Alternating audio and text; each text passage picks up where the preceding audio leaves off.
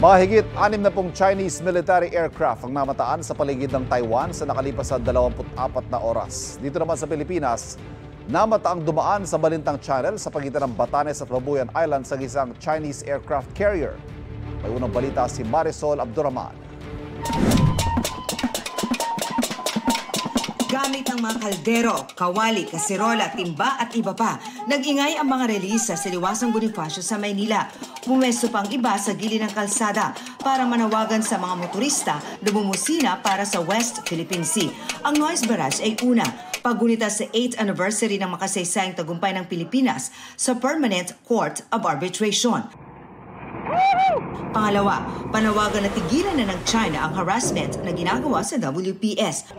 Pangatlo, suporta sa mga sundalong nagbabantay sa WPS at gawin ang July na West Philippine Sea Awareness Month. Ito po yung ginawa namin na isang joint resolution na ipapasa po natin sa mahal nating Pangulo sa Palasyo ng Malacanang upang ipanawagan sa kanya na gawin pong West Philippine Sea Awareness Month ang month of July.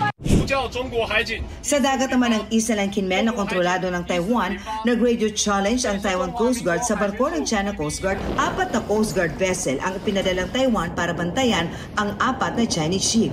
Ayon sa Taiwan Defense Ministry, 66 na Chinese military aircraft ang nadetect nila sa paligid ng Taiwan sa nakalipas na 24 oras. Mahigit 30 naman ang nadetect na aircraft patungo Western Pacific para umano sa joint training kasama ang Shandong aircraft carrier ng China.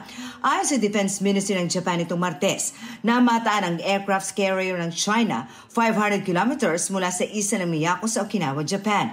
Dumaan din ito sa Balintang Channel na naghihiwalay sa Batanes at Babuyan Islands, ayon sa Defense Minister ng Taiwan. Wala pang pahayag ng Defense Ministry ng China, pero umalma ang China sa pagpasok naman ng isang Navy destroyer ng Japan sa territorial waters ng China sa Zhejiang Province itong July 4. Sa ulat ng Japanese media, batay sa kanilang sources, pumasok ng walang paalam sa China ang barko na nagmomonitor ng Chinese missile exercises sa East China Sea. Iimbestigahan daw ang kapitan ng barko na hindi pa malinaw kung ano ang intensyon. Ipinontesta na ito ng China, bagamat sabi sa kanila ng Japan, technical error ang nangyari. Ito ang unang balita. Marisol Abduraman para sa GMA Integrated News.